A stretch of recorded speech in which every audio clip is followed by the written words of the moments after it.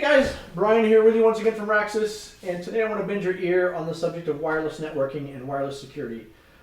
Now, wireless security is a huge realm of discussion. It's a massive technological field, and we're not going to go too much into that, but what we are going to do is we're going to talk about some of the practical things that you can do that we've seen work in the field to enhance your wireless security posture and make your network more secure overall. Now, wireless introduces some very unique challenges because wireless networks extend beyond the boundaries of what you could control. You may have a wireless network in your business and it extends into the neighboring business where you don't have the ability to control whether or not that signal can be intercepted there. So there's some things that we have to consider and other things that come into play, like encryption, right? So one of the things that we see our customers doing oftentimes is on a wireless network they'll use WPA2 Personal encryption. Now WPA2 Personal is the same wireless encryption configuration you would use at your house. Each device shares the same key. There's a pre-shared key, a PSK as we call it. And any device that has that key can access the network. Now that creates a couple problems in a business scenario because if I can go into a conference room and steal a laptop and that laptop has the pre-shared key on it, well then I can export that wireless profile and now I have access to your network. Now the problem with that also is that it robs you of a level of agility because let's say you know or you want to change the wireless password.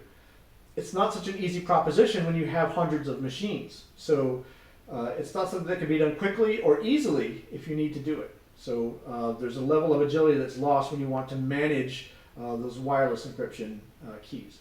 What we would prefer folks do is, and we often recommend, is that they go to WPA2 Enterprise encryption. And what that does is that removes the credentials from the machine and it uses the network credentials, the network infrastructure to authenticate wwho you are. It authenticates you as a user and says whether or not that user can access the network or not.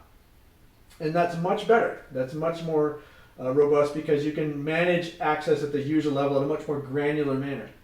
Now, if you wanted to go one further, you can use certificate-based authentication at either the user or the device level.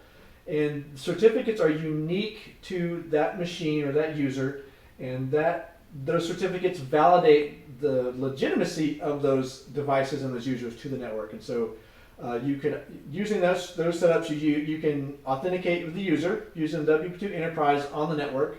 You can identify the user is legitimate, that the actual user is there because they have their certificate.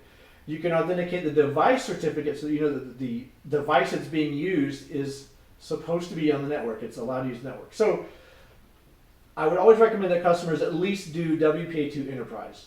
If they have the ability and they can manage the additional overhead and administration of using certificates, that's even better. But WPA2 Enterprise, I would say, would be the base watermark for wireless security.